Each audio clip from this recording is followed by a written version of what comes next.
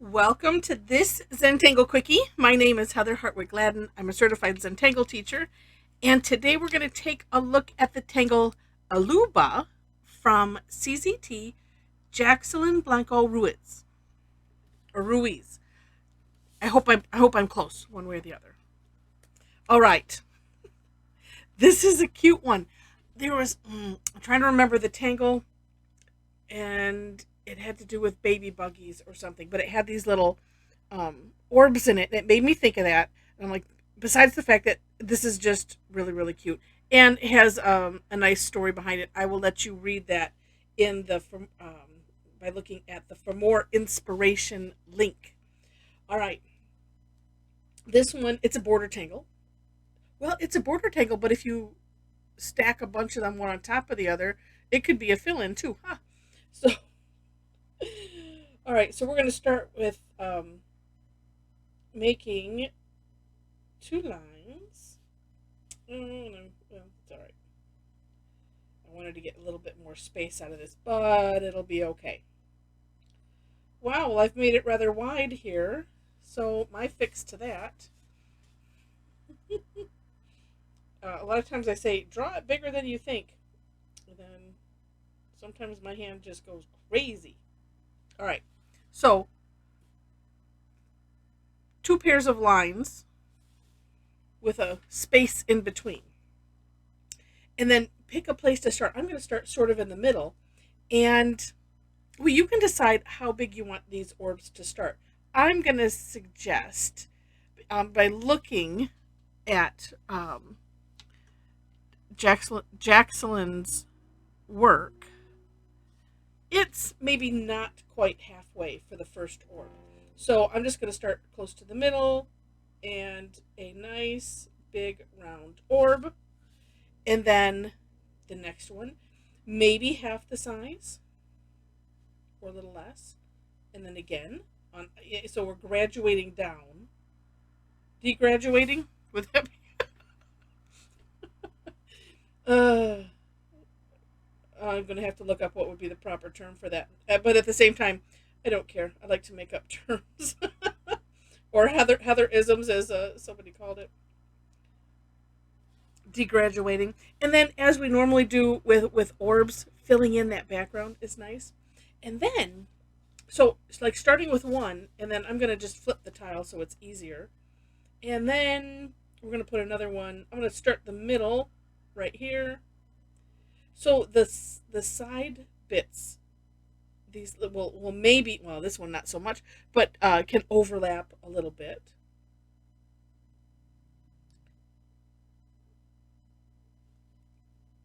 And I'm just filling in as I go. Just again, the hand does what the hand wants to do, and that's apparently what it wanted to do. So what's a little difficult is gauging, but at the same time, as we all know, there are no mistakes in Zentangle. So does it matter? No. All right. So nice big orb. I really like the look because in my playing and even in my step out, I had one where it wasn't quite half, and I didn't like it as much. I like it with having well, like this one could be a little bigger or this could be a little smaller. I think it looks nice. This is, I think, almost the perfect one. All right, but again, you play, have fun, and let's see. If I was to do, let's see, I might end up with if I was going off of the page here, which I'll do. We'd have like that probably, and same thing here. Let's see if I put the little one here. I'm going to go backwards. There we go. All right. I just found it easier to do the center one first and then the other two. It might be better for you if you start small, go big, and then go small. It all works out fine. All right. Next step that she has is to aura these. And so we're going to aura these using those contours. I'm going to flip this so that way I can see what I'm doing. There we go. Without the nib of the pen in the way. Now, after this, there are tons of ways that you could play with it. There are many options on the For More Inspiration link. So when you look at the step out that's there, Jaxeline gives, oh, let's see, what is this? Like 4 suggestions. And, you could probably find many more.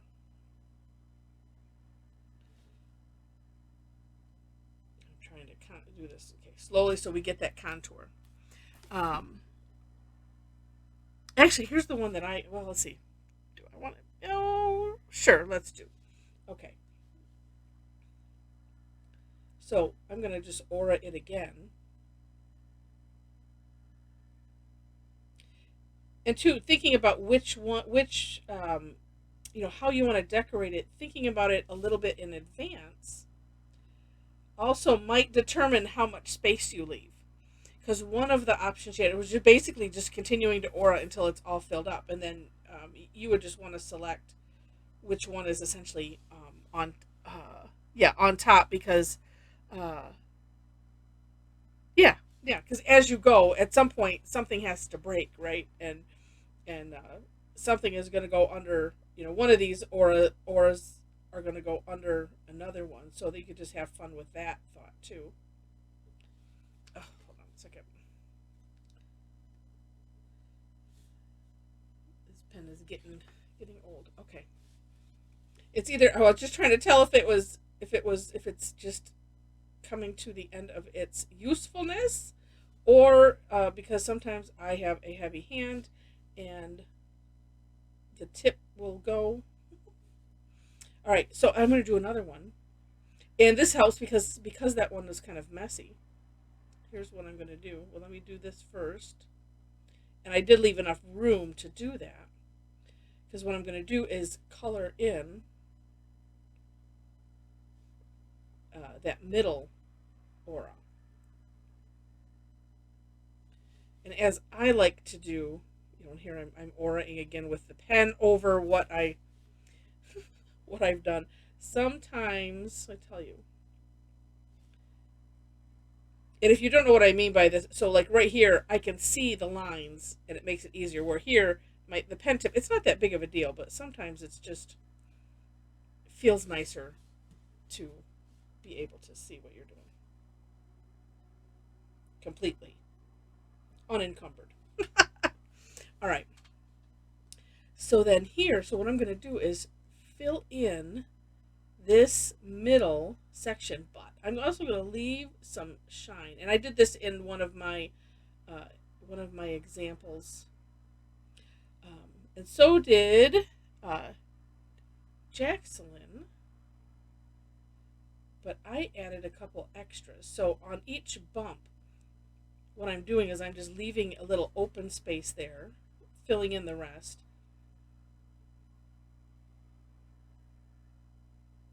And you know what's nice? If I end up not liking it, let's see, that's kind of cute. Then I can always just fill it in solid and leave it. So what I like to do with this is, and then you have to find where's the lines that you're coloring in. It might have been easier to aura, fill in, and then aura again. It's just the stuff that you figure out after you've done it. All right, and then this one, this is an easier one to see. So what I like to do when I'm adding the shine with the pen is I will go on either side like so, and then fill in the rest of the way. Then I'm gonna do. I could have done all of those, and I started doing that because I forget that that's what I want to do. You get all involved in filling in, and you're like, oh well, whoops. And it has a neat look when it's just with the pen versus, you could do it with a white jelly roll, but it's kind of a neat look without. And so I'm just kind of picking the center of of these bumps, of the curve lines, to place that. And like I said, if I don't like it, I can always just fill it in. So why not try, right? That's how I look at it. And then this one, it's going to totally fix this little messiness.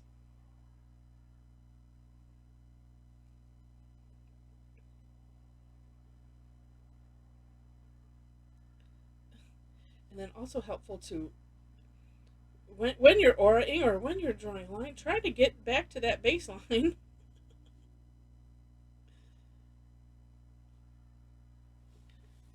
All right, let's see.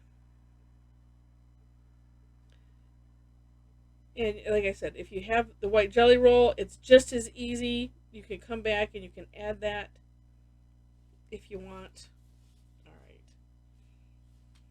And right here, yeah. And what's nice is that it does fix a little bit of sloppiness. And I love that about filling in. It's my favorite course correction.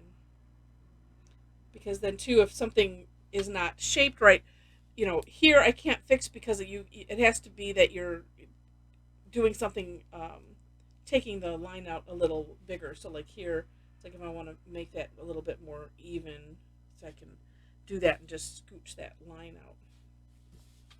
Well, then we can add a little bit of shading. I think I like that. So a little bit of shading. All I'm going to do on this one is I'm going to put just a little bit of graphite on the straight lines, but I'm going to do it on the inside. Ooh, let's do it on the outside too. Complete outside.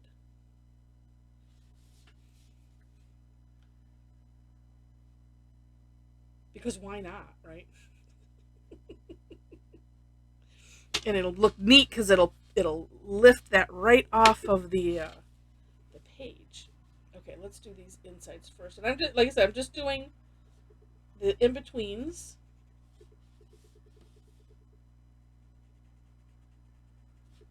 Which kind of makes those stand out. And you could, I can bring this out a little bit more if I want to. And then I'm going to, a little bit there. Okay, then let's do this here.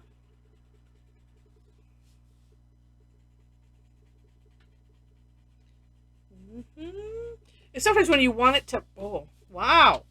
When you want it to pop off the page, sometimes a little bit darker is helpful. But I would just play with it. You can always add more. Let's get this line to disappear here. I like to have a gradient, I don't like to see those little harsh lines. And carefully, I'm going to bring this up.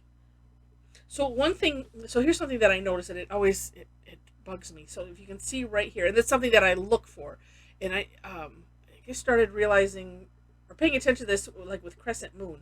So we're adding the graphite, and this is, I think, just a natural thing, but you can see this little gap. Well, I kind of want it to look like it's going behind, so I'm just going to, bring that up a little bit. And then, let's see, if I make it even over here, it's going to be like that. It's just, it's probably just a me thing. But sometimes if something is making you look at it and go, I just don't like it, take a peek at that and see if that might be what it is. Yeah, neat. Neat. And then if you want, you could always, I'm not going to do it with shading. I'm just going to do it with the pencil. And I'm just going to put a little graphite, and my tip is kind of is soft. I don't have that hard tip. So I'm just putting a little curve line, and I'm just going to do it all on the same side. And, keeping a little bit of a distance from the edge. Oops. Now you could do that and use the tortillon and blend it, but sometimes that just looks neat. Just having that little bit, it makes it's kind of like a shine.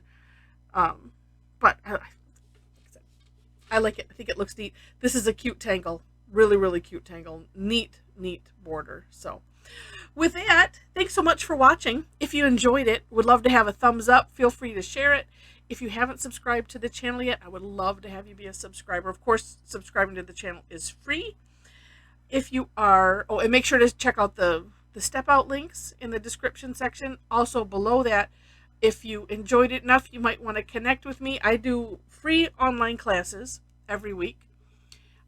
I'm in Michigan, and I do them on Thursdays at 11 a.m. and 7 p.m. my time, which is Eastern, whatever time it is. I always get mixed up. Is this the daylight savings or is this the other? I forget.